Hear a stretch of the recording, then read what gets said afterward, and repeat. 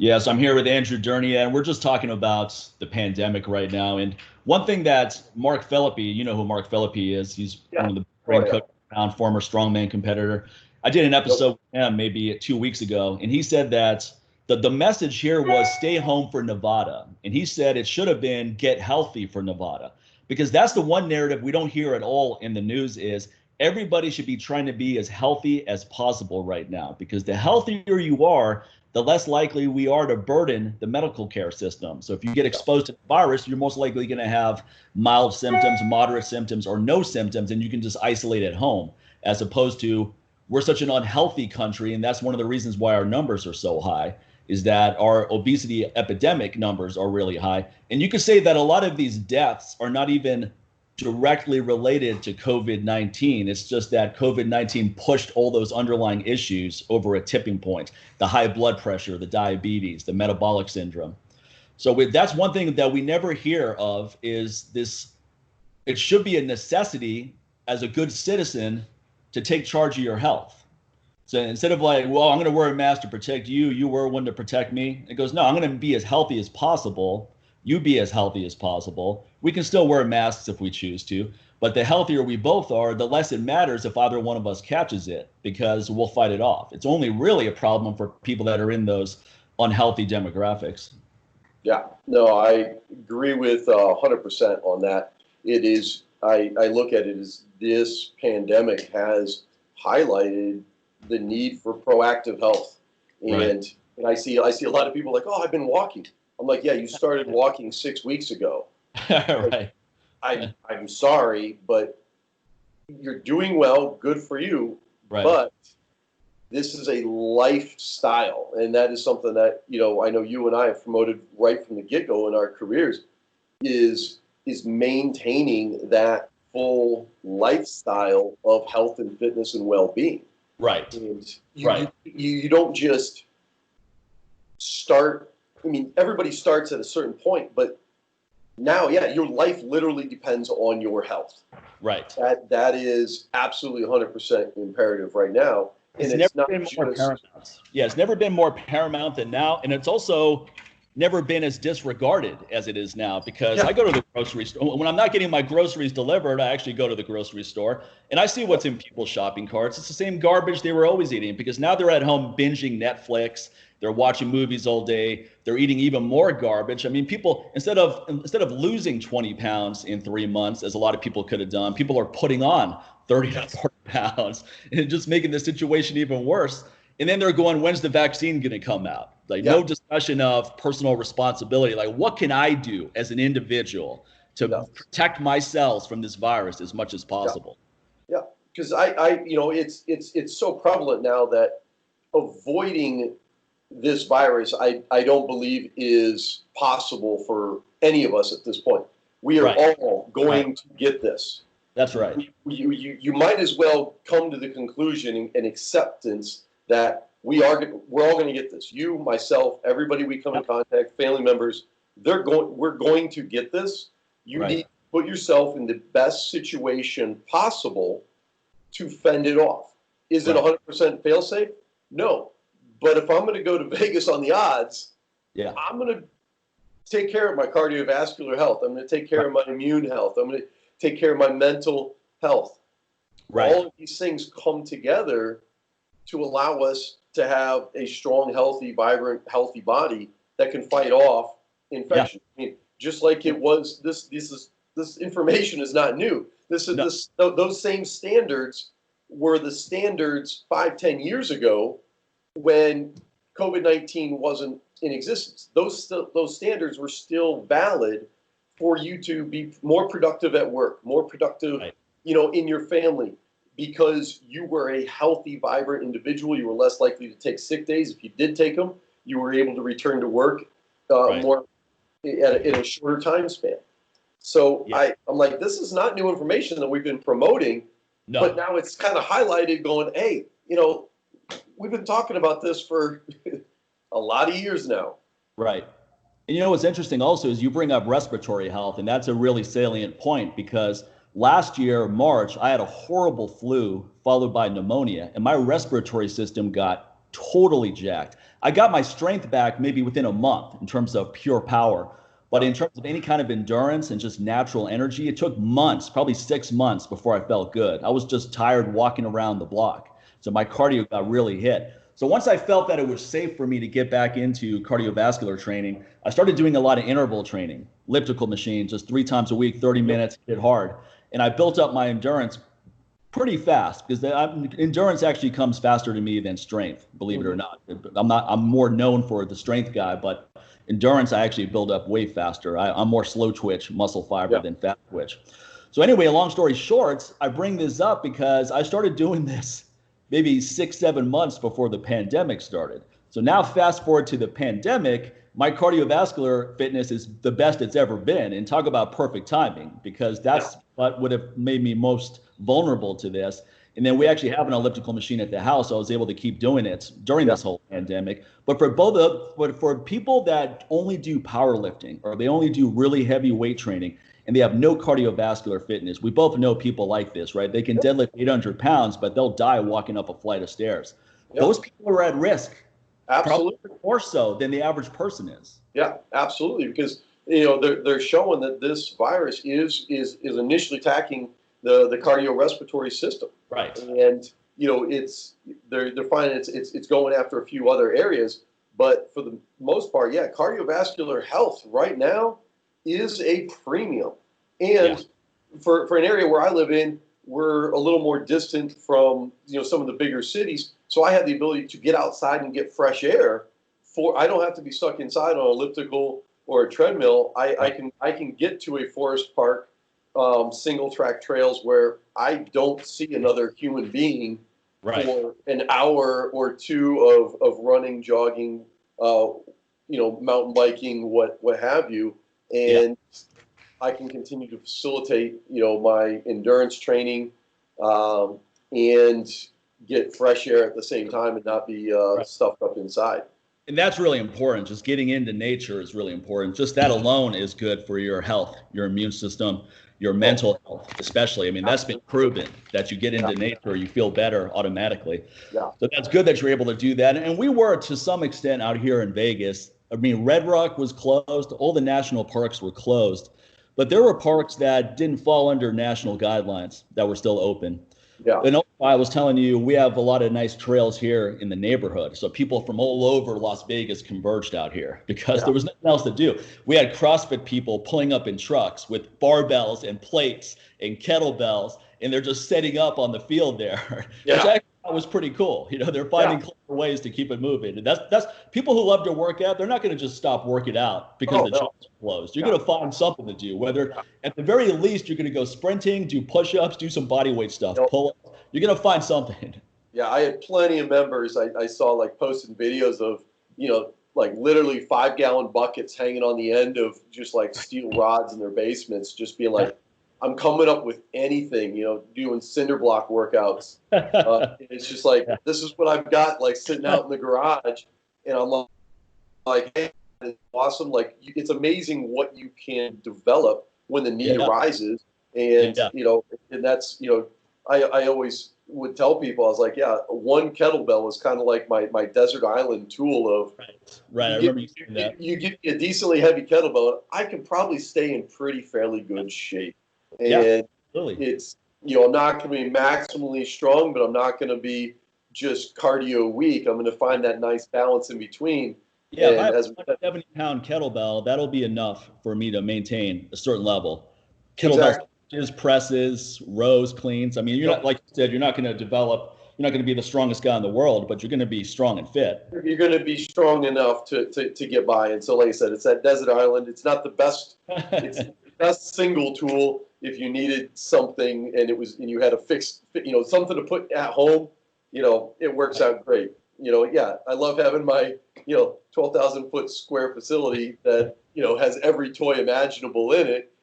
We've got some good variety. You can do lots of things and it keeps you, and you can hit all the different areas. Right. Well, here at the house, we got a home gym. So we have a really nice trap bar. It's one of those industrial type trap bars that weighs, I think, 65 pounds. So it's really sturdy. It's a nice one.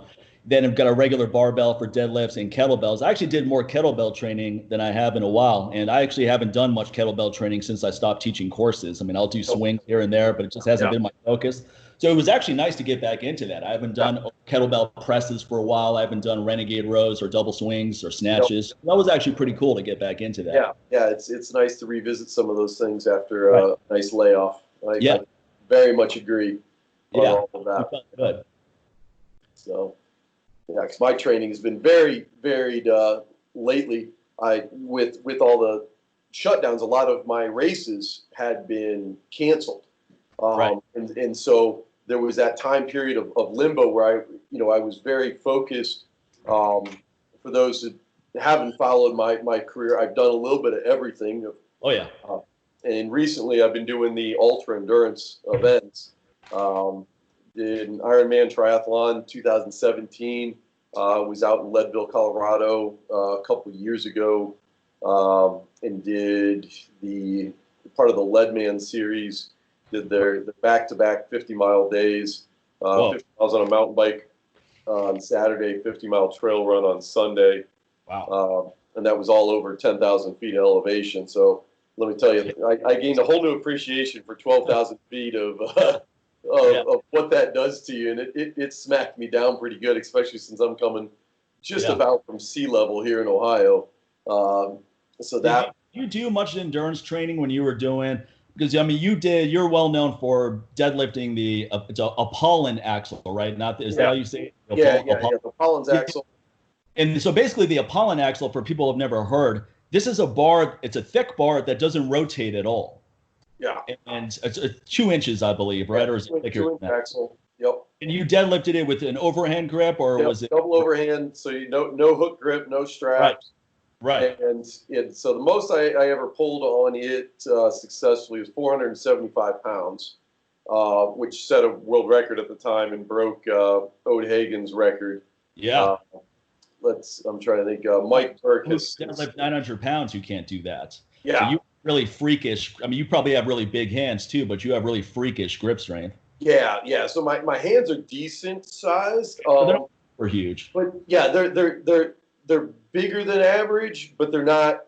I mean, like John Brookfield. Mark Felix's fingers go like this over the top of mine. It's kind of crazy. So there are some guys that are just like freakishly like huge. Like Phil Pfister's another one that just he's got sausages for hands that it's just it's just amazing. And so there are some freaks out there, but I guess I'm in that category in some instances. But yeah, so the deadlifting. This came easily to you when you started playing around with this. Were you actually pretty strong the first time you tried, and you realized, hey, wait, I think I can pull this off? Yeah, I was close. A lot of people know the Captains of Crush grippers. Yeah. From Iron Mind. I wasn't somebody that could close. I think I could close maybe the number 1, but I had to work to get to the number 3, and I've certified on the number 3, and I've certified on the number 3.5. But it was diligent work to get there. The first time, I knew of the Thomas Inch dumbbell, which it's a 172-pound dumbbell with the handle's the size of a Coke can. It's 2 3/8 inches. I knew of it, and so I trained probably 6 months to a year to get to a point where I felt like I had a chance to lift it, because they were very rare at the, I knew of 2 people that had them. Right. But I knew it was something special to lift. And so I wanted to train myself up so that if I had the opportunity, I could lift it. Right. When I was new into fitness, I didn't, marketing, if you're a personal trainer in fitness, your best marketing is you and what you can do. Yes. So I had to be like, all right, what am I capable of doing that is going to impress somebody? Yeah. So that way, when I walk into a room at a conference, a seminar, anywhere, anything, or if I walk into an outside gym, I want people in that building to know who I am by the time I left. Right. When you're in the lifting community, it's like, all right, let's find some lifts that are well known. And one of it was, grip strength and deadlifting. And so I started to cultivate those around my strengths. I was better at pulling things than I am at pushing things. When I got a 6'6" wingspan, pressing's a tough order. A strong point there. Yeah, it's not my lever. You're pretty strong overhead pressing, but it's not the ideal levers. Actually, I looked at a picture of myself one time with my arms overhead. I was like, damn, man, look how high my hands are over my head. They're way up there. Oh yeah, I mean, I do snatches with a barbell, and I still got like 2.5 feet above my head before you get to the bar. It's not the ideal, but I can get it done when necessary. I want to reinforce that point you made where you said your best asset as a trainer is yourself, your abilities, because I think that's something that is often diminished. We often hear people basically say, oh, it's not important what you could do. What matters is what you can do for others.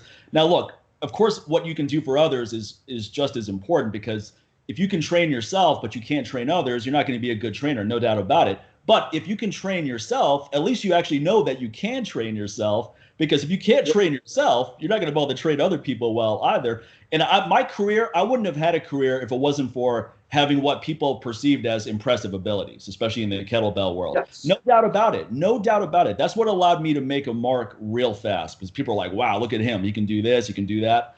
And you stuck out from the herd. Now, if I were someone who just had really good technique with a 35-pound kettlebell, that would have been okay, but it wouldn't have been anything anyone remembered. Exactly. And that is a huge, I mean, when you walk into a room and people walk in my door and they want to find out, okay, who's the trainer here? It shouldn't be a question as to who the trainer is. And so exactly. When they walk around, and a lot of people that work with me and work with you, they want to talk about who they're working with, because everybody likes to play the one-upmanship game. Absolutely, they do, yeah. And if you can walk out of here and out of my facility and out of a session with me, and over dinner later tonight, you guys are in it's 4th of July. People are going to be barbecuing and having a few beers, telling stories. Oh yeah, I had this great workout today. Yeah, well I did this workout, but you ain't gonna like my workout was great, but my trainer, he sets world records and he does some crazy shit. Like that is some street cred that you can't. That doesn't happen overnight. And right now, I mean, most of our stuff is all on the phone, so it's visual. So guess what? I got to make a post that's like, what is going to stand out that is different than somebody else? Absolutely. And, so you need to be doing things uniquely, safely, but uniquely as well to stand out from the crowd. And when you get in front of a room and it's like, all right, there's a Thomas inch dumbbell on the floor that everybody just kind of rolls around, and I can go over, casually pick it up, move it out of the way. Right. All of a sudden, it's like, people in the know are like, wait a minute, what did you just do? Like, go back here. Can you do that again? Yeah, sure. What do you want me to do? And all of a sudden, it's like, what's your name, son? Like, I need to know this. And so, and then, you get people calling you up. Hey, I want you to come out here, and I know you're capable of doing a big one-arm deadlift. I'm putting on a festival. I'd be a headline promoter for somebody's like backyard festival out of state, because they're like, we need to do something that's going to draw people in and get people excited. All right, yeah, you park a semi truck in the parking lot. Let's pull this thing across the parking lot, and we're going to do everybody's going to be over here deadlifting. We're going to have a deadlift party. We'll let everybody deadlift, and then we're going to have you warm up, and you're going to do a one-arm deadlift. Right. And that's a lot of fun when everybody else is like getting all jazzed up. They're pulling 400 or 500 pounds, and I can go over with one hand and stand up with 500 pounds on a barbell myself. Yeah, that's no joke. All of a sudden, people are like, "Huh? What's your name?" Like you just did. Like I do that with two hands, and you just bend over and do it with one hand. Well, it just goes to show people are always watching what you're doing more than what you're saying. Yes. So with context, if you do something really impressive. I mean, there's a lot of people at the gym I go to where I keep a low profile. I don't go in there and try to promote my business in any way, shape, or form. And I don't want to even be recognized. I want it to be low key. But because of the way I train, people notice what you're doing. They're like, wow, that guy's always doing this and he can do this, he can do that. So people are talking and they're finding out about you, whether you know it or not. They're asking the trainer, like, who is that guy? What's his name? It's like, oh, he has a website. Let me check that out. Oh, he's on Instagram. Let me follow him. Yeah. Because people respect strength. They respect abilities. Anytime I post a clip of me doing dragon flags, which 99% of people have a real difficult time with.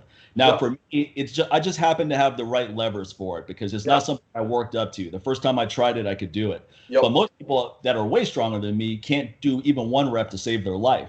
So whenever I post that, it gets way more views than anything else because, like you said, it sticks out. People are like, wait a minute. And I'm a fairly big guy, too. Most people you see doing dragon flags are 150 pounds, 5'6", that kind of thing. Absolutely. But yeah, I mean, it's the same thing. Like, you know, I can post an overhead strict press workout with a barbell, or I can go out and I can do basically the same lift, a clean and press with a telephone pole outside. Guaranteed the telephone pole gets a lot more views and likes. Just, you know, it's big, awkward, and just looks badass. And this works in your favor because you're actually a trainer. If you're someone who's just an Instagram celebrity or just posting workouts, that's not really going to lead to anything because you're not doing anything. But you actually have a facility and you probably do online consults too, I imagine. So people can contact you through a variety of different means. Myself, I'm more of a guy who designs supplements at this point. I don't train anyone at this point, but I'm known as, I mean, I still love to train, which is why I like posting clips so people know that I'm actually still training, number one. So, and then I'm attracting people that are into fitness who are most likely going to be interested in the products I have to offer as well. And the fact that I'm leading from the front, they're going, wow, this guy's 46, he's still pushing it and so forth. That speaks volumes, whether people are conscious of it or unconscious, because people like authenticity. They don't like people that are full of shit. And we know people that say all the right things, but when it comes to what they can actually do, not just in terms of their own abilities, but their ability to train others, they fall short, to say the least. And people see that and they don't respect it.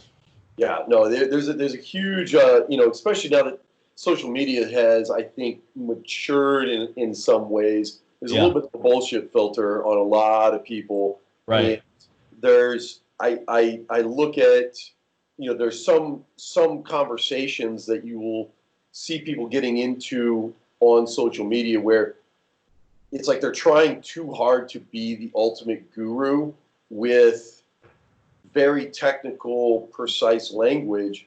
And it's like, dude, you're not a human being anymore. You've become that robot that is just, you're not real to a lot of people. Right. It's like there's a human factor. I mean, you got to be able to wisecrack. You got to be, you know, training people is as much an art as it is a science. You know, especially when I've got the person right in front of me. It's like I got to read them. You know, I've got my sets and reps. I got my percentages that I want to go off of. But you know, every time that person walks in, I'm reading and judging that individual by, okay, is today a good day? Is today a bad day? Are they, you know, where are they tight? Are they limping? What, you know, I see them for a couple hours a week. There's a lot more hours in the day than the 1 hour you're going to spend with me. You got 23 hours elsewhere that you could be messing yourself up that I don't necessarily always know about. And so my questions when you first come in is how are you doing? Oh, what else are you doing? What are you doing this weekend? It's 4th of July. Do I need to adjust your program for next week? Because, we're going to be out on the ski boat, you know, water skiing this weekend, hanging out, and we're camping.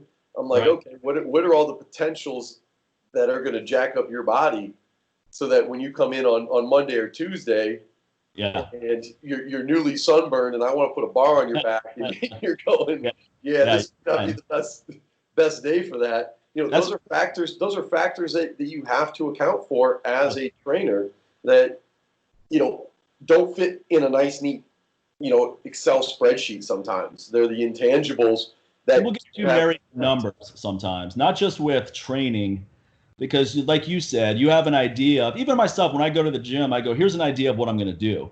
Now, that may change as I get into the workout. I may say, you know what, I'm doing these warm-up sets right now and I'm not feeling it, so forget those top sets. I'm just going to keep it conservative and work on technique. Or I'm going, man, I feel really strong today. Let me go for more. Maybe today I should go for a PR instead of waiting until next week because right now I'm feeling it. So Yeah. this may be my window of opportunity. You Yep. never know. So you have to be prepared for both. It's like people with hormone optimization, they get really attached to their results. Like I had a kid email me before we got on, and he goes, "Hey, I'm 19. My total testosterone is 692. Is that a good number?"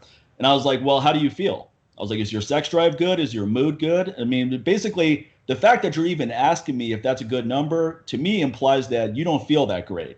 Yeah. And you're wondering why you don't feel that great because you think it's a pretty good number. In actuality, total testosterone doesn't tell me anything. It's the free I need to see. But even if I see that, what I really need to know is how you feel, because it based on, it may be a number that's good for someone else. Like it may be numbers where if my numbers were at that, I'm like, hey, I would feel great with those numbers. But this kid may need to be at a much higher number than Yeah. that. So Yeah. you can't just look at data is useful, training journals are useful, but there's so many other factors you have to take into account. And and like you said, a single test is one snapshot in that moment. Exactly. Where are you at on where do you trend? The trending aspect is so very important. It's like, all right, I can have a great workout, but is this a great workout for somebody that's been in my gym for 5 minutes? Right. And you just walked in and you're brand new. Well, that workout for that beginner is not going to be a good workout for somebody that is advanced and has been training for 8 to 10 years. At the same time, that workout for that person who's been training 8 to 10 years is not going to work out really well and could possibly hospitalize somebody that's brand new because their bodies are not capable of that kind of volume or intensity. Right. They both could be deemed very good workouts, but the application is very different. And then you got to know why you're here. Yeah, why are why? What's your purpose for coming in here? Right. That's the most important question. I remember you said that's what you ask whenever you have a new client. It's like, why are you here? Why are you here? That's number one thing. No, so it's really important that you ask them that. So now they have a chance to think about it. Yeah, because some of them are just like, oh, I want to get. Well, then you get the proverbial, I want to get healthy. I want better fitness. Yeah. What does that mean to you? Mm-hmm. Because if better health and fitness is, hey, I'm going to go run the family 5K on Thanksgiving morning, right, then your training is going to be one thing. But if better health to you is a 500-pound deadlift, right, yeah, there are a few people that want to be able to do both, but it's those are very differing views of health and well-being. right. Some people are like, oh, my health and well-being is I want to trim my waist and I want to have good muscle definition. And others are, hey, I want to go and run a marathon. Everybody else in my family's ran a marathon. I want to do that as well. Okay, well, we can work towards these, and some of them are going to coalesce together, but not necessarily all the time. Right. Yeah, that's absolutely correct. And a lot of times people don't even have that level of specificity. Oh, yeah. Often general fitness. I mean, at my seminars, I used to have people introduce themselves, and I would say, hey, just tell me what your training goals are too.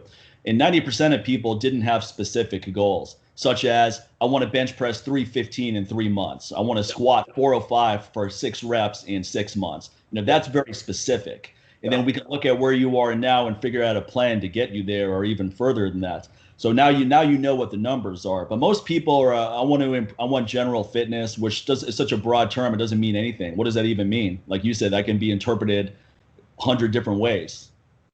And I think people have this problem with not just training, but life in general. So a lot of entrepreneurs they're just working.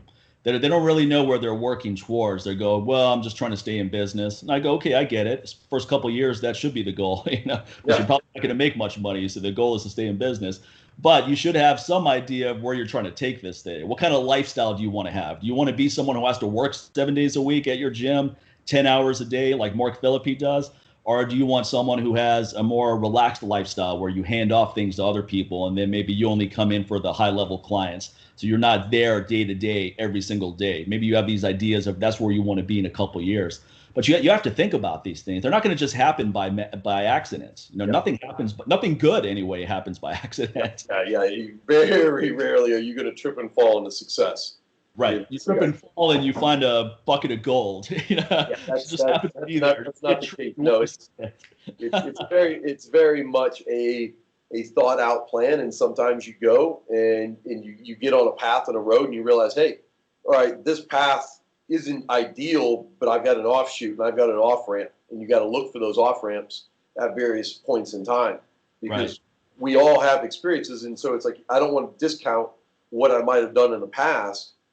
It's gotten me to a point, but every journey is only going to take you so far. And then you got to be able to look and plan for the future the best you can and go, okay, here's my next step and where I want to go. And lifting is great, chasing goals, because, lifting, I guess in some ways can be the ultimate depression, because there is no end goal. As soon as you get to a goal, there's a bigger number or a faster time or a greater distance beyond all the, it never ends, truly. That's right. And so, I've had some people go, wow, that's depressing. And I'm like, me, it's exciting. I mean, that's life, man. I mean, you knowing that you can always improve more, though. So I don't get demoralized by that. I also don't get demoralized because I don't play the comparison game. So I'm not someone where if I deadlift 600 pounds and then someone next to me deadlifts 700, I don't feel diminished in any way. I go, that's great. More power to that person. Yes. I hit my goal. That's what mattered. And now maybe I'm going to be inspired to hit that 700 because I just saw someone do that where maybe I wouldn't have thought of it before. So to me, it's the fact that you can always improve no matter what it is. That's a good thing, because what happens in life when you stop improving? You die. You start declining. You see with old people. When old people retire, what happens? 99% they die within a couple years. Yeah. Just because you're breathing doesn't mean you're alive. Right. And so there's a very distinct difference between being alive and living. Yes. And that is, and you need to understand that. But yeah, that same philosophy is how I would go into any competition I've ever been. My goal for any competition, and the goal I have for any of my clients going into a competition, is their job is to be as strong and as fit as possible on that competition day. Right. If they go into a competition and set PRs and lose, it's a great day. But if you go into a competition and you underperform and win, that's a shitty day. It's not about getting that medal and that trophy. Right. I need to show up to a competition. If I go to the right competition, I should have the best people in the world there. Right. But if I outperform myself, that is a phenomenal day. I was pushed forward and I came in 8th place out of 8. Awesome. Because I stood on stage with the best in the world. Right. And I did the best that I possibly could on that day. Yeah. That's high five. I'm smiling all the way home. But then, like you said, inspired to say, well, they're human, I'm human. Guess what? I can go harder. I can go bigger. Yep. I can do better. And learn from them as to what are some of the things that, I can incorporate into training and better preparing myself so that the next time I might be able to move up that ladder. Yeah. But again, every competition is, maybe a competition day, but it's a battle against yourself. I mean, the worst thing that can happen is that you're the strongest person in your gym. Yes. And then you're not getting that reinforcement. You're not getting that competitive drive of you see someone else doing something and now you want to step it up. When I trained at Mark Phillippe's place, he has all kinds of elite athletes there, not just professional, but college athletes that were performing at a really high level. He had young ladies banging off 12 sets of 12 on pull-ups like it was nothing. So when you're in that environment, you're going to step everything up for sure. And I always did. And I made so much progress under his tutelage, but also because I was in that environment. It reminds me of the first time I ever saw really strong people in person, and it was in Wooster, Ohio, at a place called the House of Iron. I think I told you about that place. Yep. I'm not even sure if it's still there. It is still there. With weight training equipment. You would walk in there and one of the guest rooms would be, okay, here's where people do curls. Then you go to the main room and then there's squat racks and bench presses and all that. So the first time I ever went there, I had to stick around campus during one of the breaks because I just had nowhere to go. My parents were overseas. So I go, okay, I'm just going to stay here. It's 4 days. Yeah. Where am I going to work out? The gym is closed. So I went to the House of Iron. And I walk in there and I see 3 guys squatting 500 pounds like it's nothing. They were just warming up with that. Then I see another guy bench pressing 500 pounds. And I'd only seen that in magazines. I'd never seen it in person. Yeah. And then there was a lady, this bodybuilder lady who was bench pressing 225, just banging it out. I was like, wow, I'm by far the weakest person in here right now. And that's a good thing because this is how you get stronger, being around in this kind of environment. This is how you're going to step it up. Yeah. Well, and I use the term you're expanding your definition of normal. Yeah. Want to do. If you show me your friends and I'll show you your future is so true. Thursday nights is a trail run night, and I'll go out to the local trails and see some other distance runners, and I want to say 8 out of 10 or 12 have all ran multiple 100-mile races. Wow. And so I show up and I'm like, man, I've only done 2 50-milers and 100K race. I'm like holding the average down. I'm I've only done 2 50-milers. I've done a 62-miler. I've done one 24-hour run. I'm like, I need to step up my game and like get on board here, because that's a healthy mindset on your part, because you could easily say, well, these guys can't deadlift 500 pounds and they couldn't pull an axle. You could easily sit there and try to rationalize it, but you're not doing that. You're looking at the context of what you're trying to achieve and going, they're at a much higher level than I am, and I want to step it up. I don't want to be the guy who's at the lowest rung on the ladder. Yeah, and go and run with them and learn from them, as opposed to be like, oh yeah, I can do this. Well, that's great. So I want to have that forward-looking vision of, where do I want to be in the future? Not like, you want to see what I did in the past. There's YouTube clips. There's a gazillion of them out there. You can see what I've done, and that's great, and it's fun to reminisce and remember those times. But as you said, what are we doing to better ourselves? What are we doing to improve and move forward? What's my next step? What's going to take me farther in the future? And I'm on a path that I found that is enjoyable on the endurance side of things. So I'm going, hey, how far can I take this? What are some of the events out there that are going to challenge me? And I look for events that scare me a little bit. If it's not, it's like, man, can I finish that? Can I complete that journey? Okay, that's the event those are the type of events that I'm signing up for right now. I think the common thread here is that you're always looking for challenges, and I've known you for a long time, so I've seen this development where when I first met you, you were really into kettlebell sports and you were hitting really high numbers doing that. That was a new challenge, because I'm assuming you've never done anything like that before it, because there's really nothing like kettlebell sport where you're lifting 70-pound kettlebells overhead for 10 minutes without putting them down. I mean, there's no previous sporting event that prepares you for that structural integrity you need. Did that for a while, and then you're doing stuff such as the pull and axle deadlift. You're doing more powerlifting things. You're working up to a 600-pound deadlift and 500-pound squat plus. Then you're doing strongman competitions, Highland games. So I think the common theme here is that you're always looking for new challenges, and I'm assuming that's what led you to all this endurance, because endurance is a huge pivot based on what you used to do. In fact, I was really surprised to hear you were doing that. And I remember I was talking to Ken. I was like, we had Andrew on the LLA show a while back, and he's like, oh, what's he up to? I was like, he's super into endurance events right now. And he was shocked to hear that, because he always equates you as the strength guy. Like that's your domain. But you don't like to go where it's easy. You want to go where it's a new challenge. And that's one thing I think a lot of people respect about you. Yeah, it's you want to. There's a level of suffer and the level of just difficulty that you want. It's humbling, but it's a puzzle. And so I look at, okay, how do you put the pieces of this puzzle together and take on this challenge? And that's, it's why we go and we learn anything. Is you're trying to find the pieces of the puzzle and gain a greater understanding about it, and through that experience, you gain a greater appreciation for what some of these other individuals are going through. And you go, okay, all right, I see that struggle. And then I can bring that back to my clients and go, okay, you're at the beginning of this journey. I've started another journey as well. Here's some commonalities, and here's some things that we need to work on to push you through some of these sticking points. Because, yes, I might not have had the exact same sticking points as you, but I've experienced some, and these are some techniques that I've utilized to break through that plateau. And at the same time, I've got a wide variety of experiences. So if somebody comes in, hey, I'm interested in this.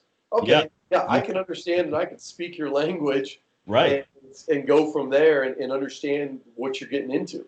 That's another important part of being a really good trainer is if someone comes to you and they want to compete in kettlebell sport, you can take them through that. If they want to do some of the deadlift numbers you achieved, you can walk them through that. If they want to do Highland games, you got it down. If they want to get into endurance type stuff, you're doing that now. So that's another really important arsenal of personal experience.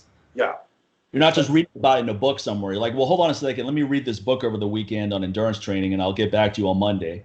That's not useless either. There's some benefits to that, but nothing takes the place of personal experience. I mean, you can read about what it feels like to deadlift 600 pounds all day, but until you experience it, you don't know the feeling. And that's a very unique feeling where, I mean, for me, when I deadlifted 6 plates, I felt like my body was going to break in half.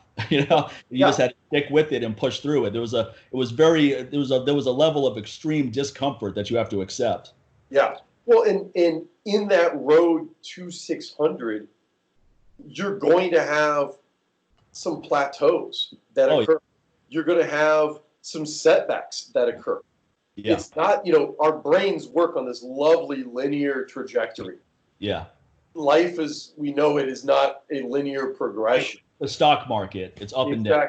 Exactly. And so, but it's in the long run if you stay with it. If you do the right things and the right strategies long enough, whether it's building a business or our training regimen, if you do all the right things, eventually it's going to work out. But it's always going to take longer than you would like. At least that's my experience. Yeah. So I have a goal of, my goal was to deadlift 600 pounds in 2018. We're in 2020 now. Now I hit 585, which a lot of people would say that's close enough. But for me, I go, no. It's not. It's not 600. There's a big difference between, like someone asked me yesterday, what is the most you can deadlift? And I was about to say 600 because I was just going to round up 585. And I was like, don't do that because you're lying to yourself. I'm not there yet. I was like, no, I can do 585. And that's an honest answer because I know I can do that because I did it. Now, I can't say I can do 600 until I do it, which I'm definitely going to do it this year, but I'm not going to say I can do it until I've done it. Yeah. I think that's the crucial mindset you have to have. Yeah. Oh, and I understand. I mean, I did this last Halloween, I did a 24-hour run, and I can now say it was a 24-hour run. Wow. There was some hiking and walking in there. Don't get me wrong. This wasn't just like nonstop running. But, I was going out, the loops that I was doing on this private farm, they were approximately 10K, 6.2 mile loops that I was doing. And so it's, we're getting down to, I think we're like 22 and a half hours. And I take off on a loop and I'm looking at basically my splits for the loops. And I'm going, man, I'm going to get back at like 23:45, 15 minutes short of 24 hours. Right. And in my head, and I know I vocalized it, I was like, oh man, we're going to get back at 23:45. I'm like, that's close enough. At the time is like, bullshit. You're not stopping 15 minutes short of 24 hours. I was like, all right, we'll walk up and down the road and jog up and down the road for 15 minutes to finish out that 24 hours. And I will say, a very unique feeling, one, to watch the sun rise, set, and rise again in the day. And then to have the watch, I remember the moment of looking down at just the right time and watching the numbers. It was kind of like watching the speedometer, the odometer on your car roll over to like 100,000 or so when you see, 23, 59, 59, and it's like 24. And it was like, okay, that was pretty freaking cool. Yeah. Like, I've been up and moving for 24 straight hours, covered about 75 miles. I mean, that commitment to excellence is important because there's always a moment in anything difficult, any physical endeavor that's difficult. There's always that moment in your mind where you say, I can just stop now. Big deal. Yeah. Whenever I do the elliptical machine, I do it 3 times a week. Every single time I do it for 30 minutes. But at the 20-minute mark, there's always that conversation in my mind going, hey, you've done enough today. You can stop at 20 minutes if you want to. And I go, no, I have to hit 30 no matter what, every single time. Because the second I compromise once, it's going to be easy to keep doing. The next time. And now all of a sudden 20 minutes is difficult because I'm used to selling myself short. And now it's 10 minutes. Now I'm just skipping it all together. It doesn't matter. Yep. Yeah. Right. It's real easy to talk yourself out of a lot of things. And even in some of the ultra events, I'll talk myself out of it 20 times. So it's not always just a oh, I had one dark moment. Well, that dark moment might have lasted, especially with some of the ultra endurance stuff. That dark moment may last 3 hours. Right. Right. When you're out there, and it's just, I mean, I still remember on the 24-hour, movement, at hour 18, it's end of October. So end of October, the sun rises at about 8 a.m. and it sets at about 6 p.m. here. So it's dark from 6 p.m. to 8 a.m. So you got 14 hours of darkness that you're moving through. And when all you have is a headlamp on, and this year it happened to rain. So I'm in the rain, in the dark, I'm cold, I've been moving for 18 hours, and I'm just sitting there, and I just remember it's like I'm eating food, trying to drink, anything I can, eating some soup, and I am just like, people are like, how you doing? And I'm just like sitting there going, not sure why I'm here. Like, and they're like, get out of the chair, start moving. And it was just that. It was like, okay, like, don't sit there and start to feel sorry for yourself. Right. Get off your ass and start moving. Okay, do another 6.2 mile lap, come back, more food. All right, get out of this chair. That chair is going to kill you. Get moving. Yeah. Don't die in the chair is the theme that they always say for ultra distance events, is that chair is death. If you sit in that chair, you'll die in the chair. Don't die in the chair. Die out on the trail. You can go out on the trail. If you're out on the trail and die, that's fine. But don't sit in that chair and watch death come to you. Go out there and meet it. So very important. Because I mean, with what you do, there's nothing that's requiring you to stay there except your own mind. So at any moment, you could say, I'm not going to do this. It's not going to affect your income. It's not going to affect your personal life. It's not really going to affect anything. But you're going to know in your mind that you gave up. And then you have to live with that. And that's a hard thing to live with, to know that the challenge came your way and you didn't persevere. You gave in to the negative self-talk. It's tough.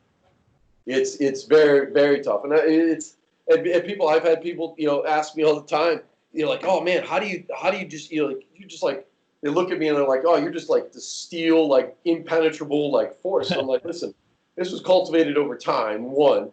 And two, I'm nervous as shit going into most events, not quite sure how this is going to happen.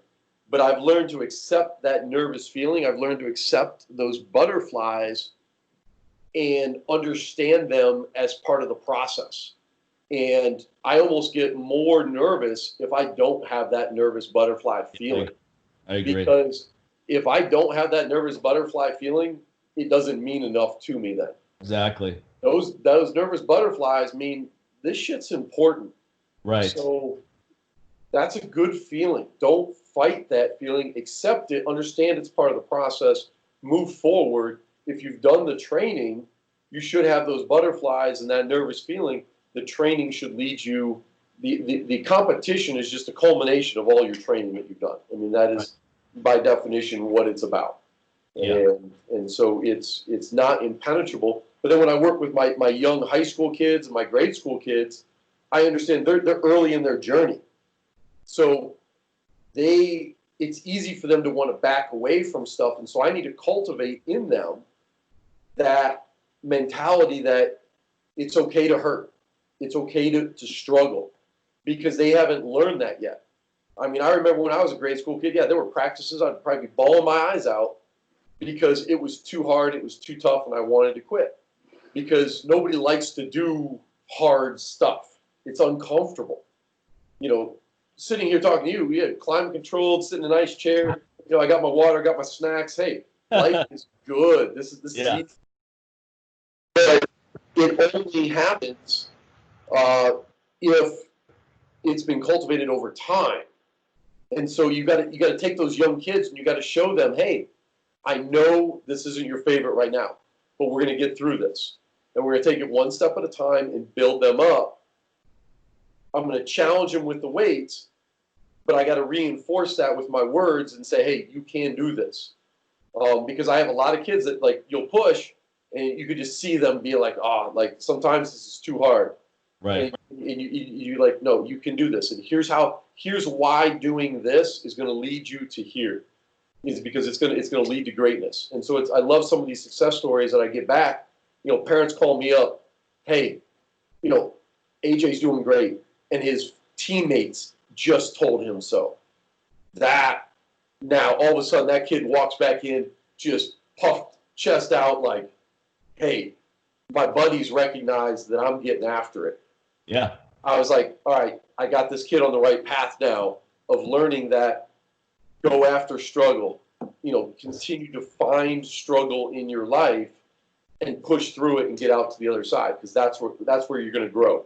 That's where you're going to make yourself better. You not only do you have to accept adversity, you have to welcome adversity. You have to want it. That's when you start reaching a high level. The first thing you do is you try to avoid it. That's at the low level. Then you get to the point where maybe you don't mind it, you can handle it. But then the next evolution is now you want it. You go, okay, when's the adversity going to come? Because that's when I'm going to rise to my occasion.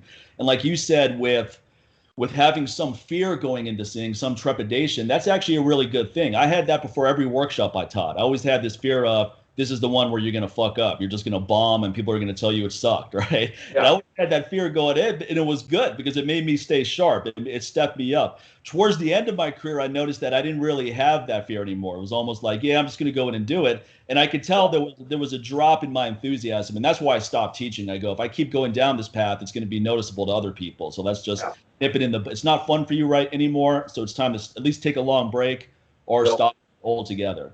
Yeah. That's exactly it. And so you got to have that, and that's where you take that fork in the road, and you say, okay, where else can I go that is going to excite me and drive me into a better place? And now I can be an asset again to those around me because I'm bringing that quote new guy enthusiasm into this environment, right? And I'm going to bring my past experiences to a new audience in a different way, and that's going to thrive in a somewhat new field, depending on where it goes. I mean, another good point you made is that you show me your friends, I'll show you your future, and that's a really good saying. And I've heard different variations of that theme, but it's very important because one of the main reasons why people fail is their sphere of influence. They have a lot of negative people in their sphere of influence that are negative without any reason, without any experience to even share their negativity, meaning that it's not useful constructive criticism. They just don't want you to succeed. So when you're around people when you start realizing that there's people in your life who they don't want you to succeed because they're projecting on you, it makes them look bad because you have the courage to go after what you want. You have to get rid of those people quickly because those people have no place in your life. If people aren't 100% supportive of you, then, or if they're 99% supportive, you still get rid of them because it's got to be 100%. Yeah. Otherwise, forget it. And I think I've known people that were cool people, and I wouldn't be rude to them if I saw them. But these are not people that I want in my inner circle because they don't add anything to it. I'm a very ambitious guy, so I want to be around other people that are really ambitious. I want to talk to you and hear about one thing I love about doing this whole YouTube show is I'm talking to friends of mine, and everybody comes on enthusiastic and talking about what they're doing. Here's what I'm working on. Here's what I've achieved. Here's where I'm trying to go. And I need to hear that. I want to hear that because it fuels me as well. It gets me more excited. And it also makes me realize, okay, look, you're not the only one who's trying to do stuff that's impressive. Most people are not. They're trying to avoid doing anything impressive. They're minimalist. They just want to do enough to keep their job, to get by, this 9-to-5 mentality. And that's all fine and good. It doesn't make you a bad person. You're just not a good person for me. Yeah. Because I'm not on that level. Yeah, you got to be striving, and you can't sit back and watch. Like a lot of people, I think they want that. They're searching for comfort in the classical sense. They're searching for that lazy boy comfort. Right. And it's like that's like that's all well and fine. And I guess the other thing with this the whole pandemic right now is everybody like, oh, I'd love to have an endless weekend. Well, you just had one, and it wasn't that awesome. Right. You realize when you got nothing but time on your hands, we all got really lazy. When I've got a packed full schedule, I am hyper focused and rocking and rolling on all cylinders. Right. Doing a bit of everything right now, where it was like, oh yeah, let's get on do a podcast, not a problem. All right, I got time. I'm going to make time to fit this into my schedule. with all my clients that I'm working with, and then I'm going to finish the day. I'm going to go out, hit the trails, go out and run, and then go home and prepare for the next day as I, continue to go through my EMT fire school and everything for the local, fire department and get on their search and rescue team. Oh, very cool. So these are like avenues. It's like, all right, what do you do in your, it's like, they're like, how the hell do you fit this into your day? It's like, how do you not fit it into your day? It's like I'm constantly out there like, all right, what's that next thing? What's that next adventure that I can go on and learn? And, I saw one of your clips the other day is, it's like, just because I know you, that's great, but what am I bringing to the table? What am I an asset to my community? Am I an asset to those around me by the knowledge I have, and can I impart that on somebody else? It's not enough just to be a body that, oh yeah, I've heard of that guy, or I've got his number on my cell phone. It's like Facebook friends. We all got 2,000. We got a gazillion Facebook friends. I don't even know what the number is. I know it's in the thousands, but it's like inner circle that you reach out to and you go, okay, let's get real. Let's have this conversation and let's go. The in the trenches kind of individuals. Those are the core people that are like always striving, like you said, always reaching for that next thing. They're not satisfied with the now. They're looking forward so much. And I think that's where social media can be useful for some people, because some people, they just don't know anyone like that in their life. Maybe they're in a small town where no one's trying to improve themselves, or at least in their circle. So at least they can go on Instagram or Facebook and they can find out about people like you, find out about people that are doing impressive things. And even if they don't cultivate friendships with you, they can be inspired by your example. So I think that's where people have a real negative take on social media, which I understand completely. But I think it's all about who you follow. Like when people say, oh man, all these people are just doing this, I was like, well, why are you following those people? Because the only reason you're seeing that is because you follow them. I don't follow people that just take pictures of themselves with their shirt off and their girl in a bikini all day long. I unfollow those people fast. I go, that's all you have to offer? Forget it. Yeah. So you don't have to follow those people. Sometimes people want to follow someone that just so they can complain about what they're doing. And that's a total waste of time too, because there's so many interesting people that you can follow on there that are putting out cool stuff. Like when I go through my little feed, it's not just people that are into training. It's people that run nonprofits that are causes that I'm really into. So there's a lot of inspiration on multiple fronts that I see on social media, given the way I use it. Yeah, no, that is very true, Leon. I was actually commenting to a client this morning that I'm loving my social media, my Instagram feed right now, because it's knowledge. I'm getting knowledge sent my way, it's not just photos. It's like I can dive deep into some of the knowledge and wisdom that comes through it. Because it's filtered out, and the people I'm interacting with, the algorithms are throwing knowledge my way. Right. And it's like, dude, I don't mind searching Instagram, because I got a lot of positivity and just thought-provoking conversation coming around, and that's a good thing. You got to have that thought-provoking conversation, as opposed to just what's the latest sports game going on? It's like, well, all right, that's great. Like, you can't get past the weather. It's not that exciting. And I've actually reconnected with some relatives in India, which has been really nice, because we were just chatting on WhatsApp, but we got past the weather and just like, how are you doing and all that. We got past that real fast, and we started having some really good conversations. Like, let's get on Skype this week and talk, because we're having a good vibe here. So, I mean, that thing is really important, and people are seeking that. But I think a lot of people are very uncomfortable being authentic. And I go, look, even if you're a dickhead, even if you're just an asshole, just be that asshole, because you're going to attract other dickheads like you, and you guys will be fine, right? Yeah. Don't try to be a cool guy if you're not a cool guy, because it's just not who you are. You're just going to come off fake. Like we see that with some UFC fighters. They try to come off as this, like someone like John Jones. He's always trying to come off like this really, I mean, and he is a cool guy, but he's trying to come off as more of a clean slate guy who doesn't get into a lot of trouble. And we all know he gets into a lot of trouble. He's a wild guy. This is who he is. So there's no point denying it. It doesn't make you a bad person that you're a wild guy. Just be the wild guy. And that people like someone like Matt Brown from Ohio because he's authentic, and Connor, that's him putting on an act, but it's still basically an exaggeration of who he is. So people like the authenticity. So if you have the courage to be authentic, not only is it healthier for you, but you're going to attract people that are useful for you to know as well. And then all of a sudden, things that you thought were a waste of time are actually a useful part of your time now. Yeah, no, I wholeheartedly agree, and I think we're in an environment now where people are starting to hesitate to say their true thoughts and feelings. Right. Just in the environment with pandemic, Black Lives Matter, and the social unrest and the political environment of being very polarized right now. People are like, I don't want to talk about, it used to be I don't want to talk about religion and politics. It's like, well, these are big things that are happening right now, and you can't hem and haw around it. This is what it is, and you can't. This is essentially the reason why it's grown up to where it is because it's been pushed under the rug for so long. It's come to the forefront because everybody's just kind of like brushed it off. Oh, just forget about it. We'll let them be and it'll go away. Well, no, this isn't going away. I'm sorry. No. This has been boiling for a long time, and it's finally flown. And part of it was because we were all locked down for a couple months, so people had a lot of angst, as it were.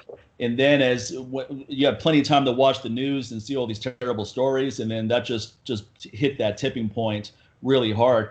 But I think the real problem is we have this real cancel culture too, where if someone doesn't like what you say, they try to get you canceled. They don't want you to have a career. They want you off of Twitter and Instagram, whatever you use. They want your account canceled. And I think that's extremely unhealthy. You really need to have the ability to have a discussion with someone who has totally antithetical ideas to yours and not get so emotional about it. Just have an exchange, talk with each other instead of at each other, instead of going, you're wrong, I'm right. So I'm going to keep talking at you until I convince you, that I'm right and you're wrong.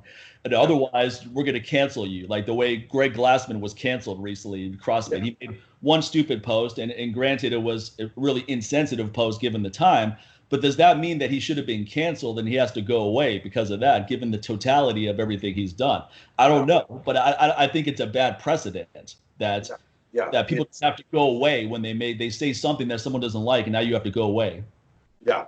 It should be, open that conversation and get that full picture.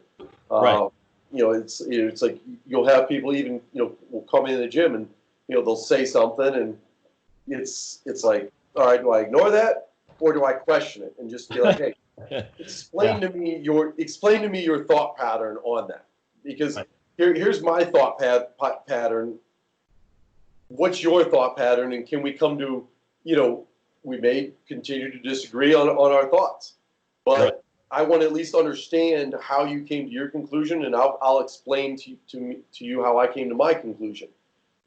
It's the same thing I ask, people ask me, is this a good exercise or not? I'm like, well, do you have a reason for doing that exercise in your program? Right. If you have a reason for doing an exercise in your program, it's hard for me to counter it and say, well, that's a bad exercise then, because you've obviously thought it out and you have a reason for incorporating it into what you're doing. Right. Okay, it's probably good exercise then. But if your reason for that exercise is, well, I just saw so-and-so do it, so I'm like, well, that's a mistake a lot of people make, because people email me and they go, hey, what exactly is your regimen right now? And at this point in my career as a trainee, for lack of a better word, I train very instinctively. I don't write out a program for myself and then follow it. Now I have an idea of parameters I want to follow, and then I just intuitively follow that. Now, so when people ask me what exactly I'm doing, it doesn't really matter what I'm doing, because that's personalized to me. It's not necessarily going to give you the same results. I've been training for a long time, so I know what's going to produce the outcome I want. I know what my body responds to. Now, I don't mind sharing those ideas, but you can't be someone who is, okay, I'm just going to follow what he's doing without trying to personalize it or think about it like you said. Okay, why is he doing that, and do I need to do that, or maybe I need to add something else in. And I think also, whenever someone wants to add to a program, you really have to ask yourself, is this going to benefit the program, or is it going to start taking it away? Because there's always a point of diminishing returns. I mean, I always do full body workouts where I go upper body press, upper body pull, lower body press, lower body pull, core work. So I always cover those 5 areas. Now, sometimes I cover those 5 areas pretty fast. So I start thinking maybe I should stick around and do some more stuff. And generally, whenever I do that, it has an unfavorable outcome because it was unnecessary. You have to, is this an asset or is this something that's just going to take away from the program? Sometimes it is an asset, and you adding that in is going to make a big difference. But sometimes it isn't. It takes a little bit of experience and critical thinking to determine it.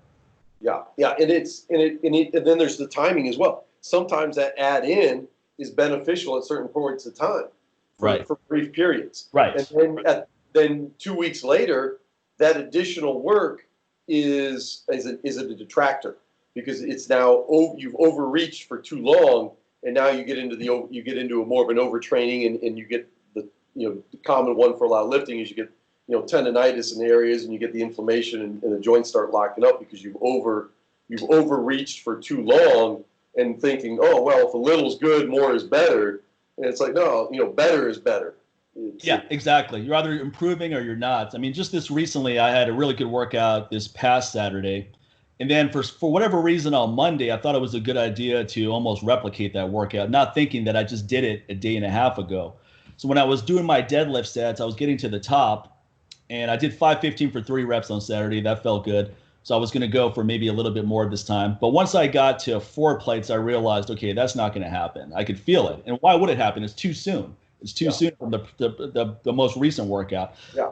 So I just went up to 5 plates, pulled an easy double, worked on technique, and then dialed it back. Now, the old immature me would have tried to keep going, just push through it. But here, I know my body well enough to know that this is not the day you try to go for more. You know when that day is. When you're doing your warm-up sets and everything feels light, everything's popping off the floor. You go, okay, this is the day.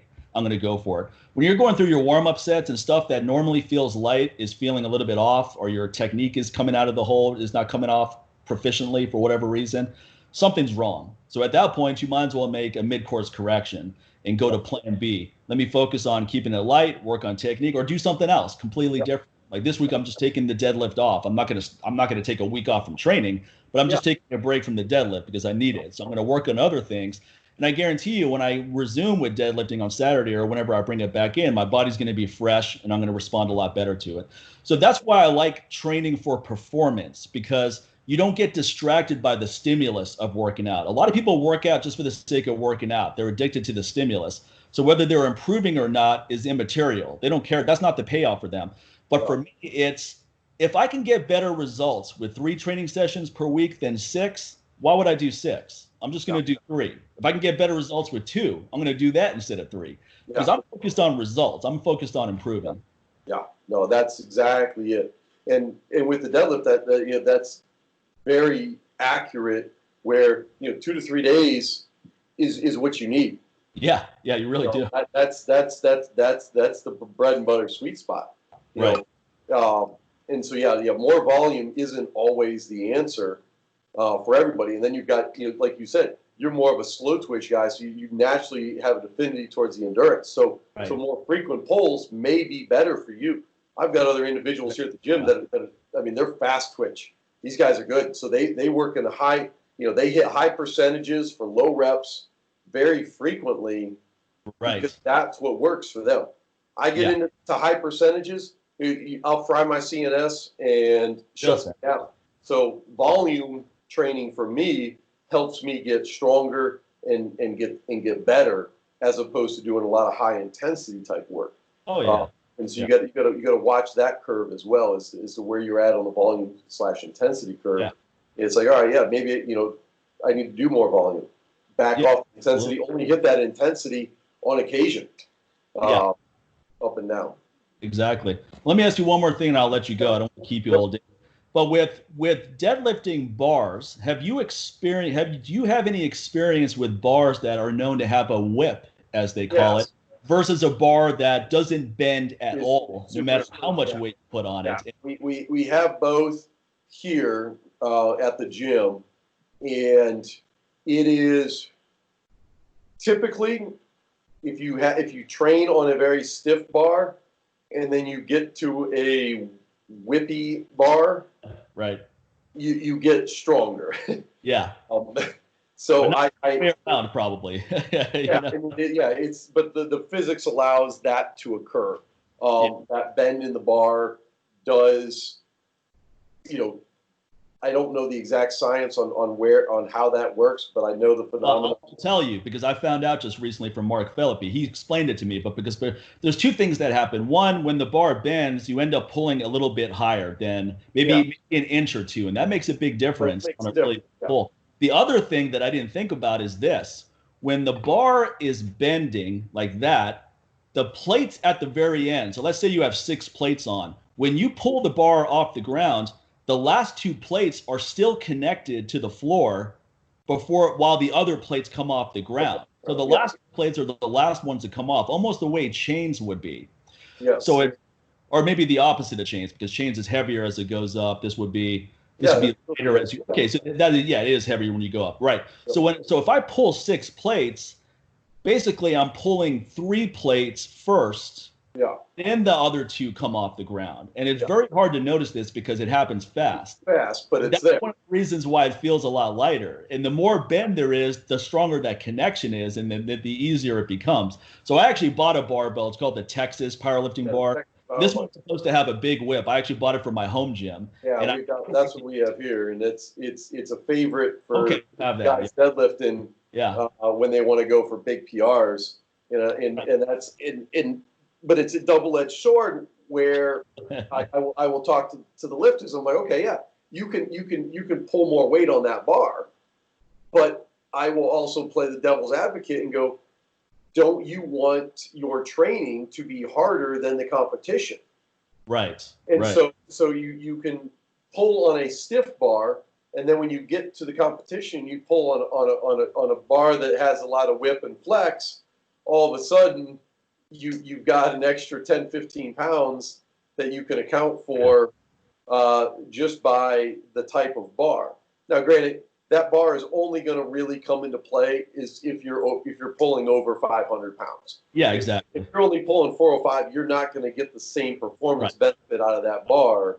Absolutely. You don't have enough weight to get the bar to actually bend. You're not strong enough where it even matters worrying about these nuances. You need to get your strength beyond a certain point. It's like Mark Philippi said, get to the point where you can deadlift 500 pounds without a belt before you start using a belt beyond. And that's where I'm at now. I've never used a belt consistently with deadlifts. I never found it comfortable, but frankly, it's because I think I didn't know how to use it. So Mark explained to me how to use it, and I go, okay, I think I'm going to do an experiment now where I add in a belt just for the hell of it, because if I can do 555 without a belt, I'll pull 600 with a belt easy. From what I've heard about it, it adds 25 to potentially 50 pounds. You would be in the ballpark, Yeah, so that's going to stack the deck in my favor, as well as protect my back, because these are pretty heavy lifts, and I've been doing it for a long time. So I think the combination of the Texas barbell and a belt.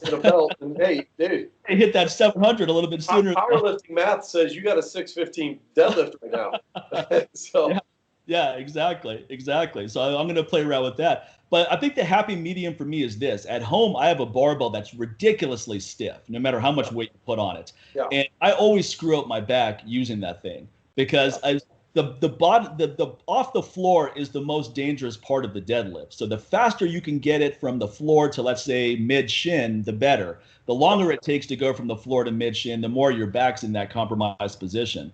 So with the bar I have at home, it's hard for me to get that dip and drive where I just rip it off the ground because there's no bend at all. Now at the gym, it doesn't have a pronounced bend like the barbell we're talking about, but there's a little bit of a bend when you go above 5 plates.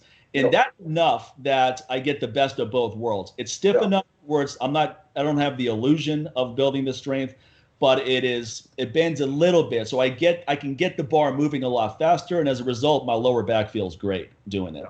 So I'm gonna play around with these things though. I'm gonna use the belt. I'm gonna maybe throw in some sessions with that stiff bar I just mentioned, and then I'm gonna save the bar with the whip for a peaking phase. Once I get to the point where, let's say, I'm 4 weeks out from wanting to hit a PR, then start into the mix and just add it in. And that's exactly it. It's not going to be just a one-time thing. It's like, okay, I'm going to use it as a 4 or 5 week cycle to build that max. So you learn the technique of pulling on it. So it's not completely new right off the bat. It's a tool in the toolbox. And so absolutely correct thinking and how to incorporate it but then also saying, hey, the stiff bar has some benefits as well. Don't just get caught up in using only the whip bar, because if you do get into competitions, sometimes it does have a nice deadlift bar, and then there are other times where, they're just bringing the bar up the squat rack, and that thing may be stiff as a board. You might want to be ready to handle that as well. Right. And that's the nature of competition, is we're all using the same equipment. We're all on the same course on that day. That's I can get on the soapbox of virtual races and virtual competitions, but yeah, that's the beauty of competition, is, hey, this is the day that we said we're all going to do this at this time and this location. Right. Show up and get after it. Right. Right. Exactly. No nonsense mentality. Well, hey man, this has been great. What's your website and your Instagram? That's where I direct people. Yeah. Instagram is ds_outside. And then Durniat Strength is my website, durniatstrength.com. So that's my website. There's some information on there, but definitely Instagram. You can follow along. I've been posting a lot of my individual personal training videos of what I'm doing. You'll see a wide variety of activities. Like I said, mainly on the endurance, ultra endurance type events, but I'm also posting a lot of just my regular sort of general purpose gym lifts. Do a lot of body weight training, throw in a little bit of strongman stuff, and then one day of barbell work specifically. But definitely feel free to reach out to me, ask questions. I love it when people question why it is I'm doing stuff. Right. Because if I don't have an explanation for it, then it shouldn't be in my program. Right. Or it shouldn't be in yours. We'll look at it. You've got to have a reason for, okay, why are you doing this? Right. And know your why, myself included. Well, so you're trying to, with your weight training, are you just trying to maintain some things there because you're looking at events coming up and then lifestyle choices. Being with fire department and a backcountry EMT EMS unit, I squat to be able to pick a human being up and carry them. Right.